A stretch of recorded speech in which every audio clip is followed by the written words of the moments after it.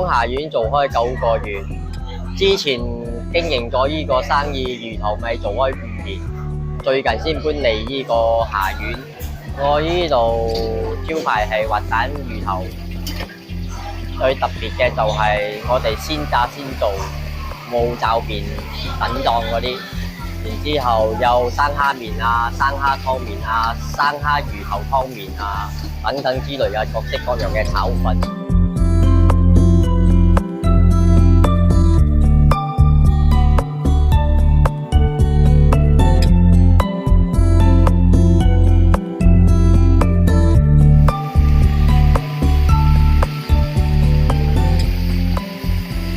滑蛋魚頭嘅入邊嘅配料係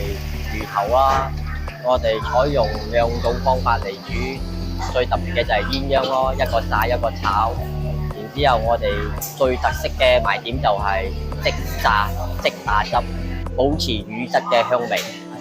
跟住我哋推出生蝦麵咧，係因為普通市民都未必食得到，因為酒樓有啲地方都未必有得賣，所以我哋就特登煮出啲特別啲嘅嘢嚟檔口賣俾大家食。我哋呢度係1個月休息3日，通常係跟茶室休息，7點到11點，